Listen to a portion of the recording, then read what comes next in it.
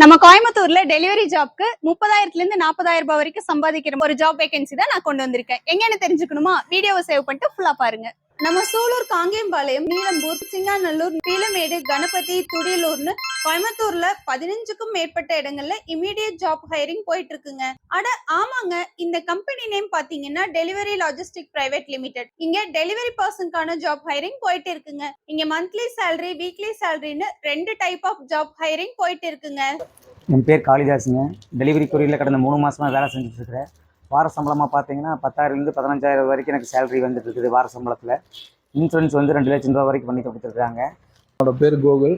இங்கே monthly சேலரியில் work பண்ணுறேன். Monthly 30,000 வரைக்கும் ஒர்க் பண்ணிட்டுருக்கேன். இங்கே பிஎஃப் இஎஸ்ஐ இருக்குது. இன்சூரன்ஸ் 2 லட்சம் ரூபா வரைக்கும் கவர் ஆகுது.